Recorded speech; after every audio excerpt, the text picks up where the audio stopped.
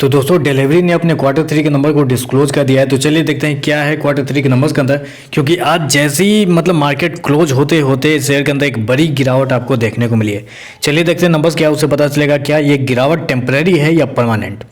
तो देखिए data basically millions में दिया हुआ है, मैं आपको करोड़ में कन्वर्ट करके समझाता हूँ क्या हुआ है। पिछले क्वार्टर में कंपनी का रेवेन्यू 1796 करोड़ था, पिछले साल की बात करें तो 1995 करोड़, जबकि इस क्वार्टर में देखें तो कंपनी का रेवेन्यू 1823 करोड़ के आसपास आ चुका है।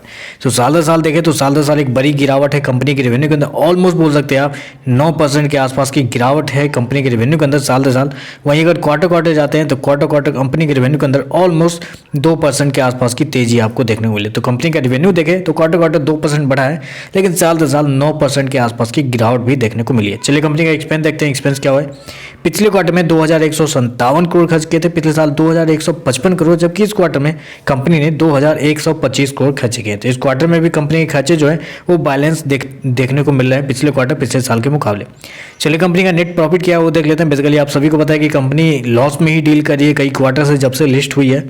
तो पिछले क्वार्टर में कंपनी का लॉस 254 करोड़ था, पिछले साल कंपनी का लॉस 126 करोड़ था, जबकि इस क्वार्टर में कंपनी का लॉस देखें तो 195 करोड़ के आसपास आ चुका है। तो साल दर साल देखें तो साल दर साल अप्रोक्सीमेटली 50% बढ़ चुका है कंपनी का लॉस, जबकि क्वार्टर जाते हैं तो क्वार्टर अप्रोक्सीमेटली 20% के आसपास की तेजी आपको देखने को मिली है लॉस के अंदर। चलिए कंपनी का ईपीएस देख लेते हैं, ईपीएस क्या हुआ है। पिछले क्वार्टर में 3.43 था, पिछले साल 2.18, जबकि अभी देखें तो 2.68 माइनस का चल रहा है।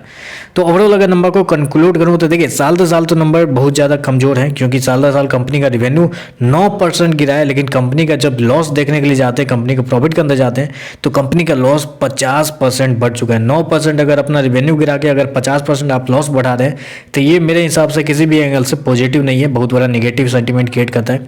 ऊपर से कंपनी का अगर क्वार्टर परफॉर्मेंस देखें तो क्वार्टर कंपनी का परफॉर्मेंस में थोड़ा सा कंपनी के प्रॉफिट के अंदर सुधार देखने को मिला है, लेकिन कंपनी का जो लॉस रेवेन्यू जो है वो भी गिरता हुआ देखने को मिल रहा है।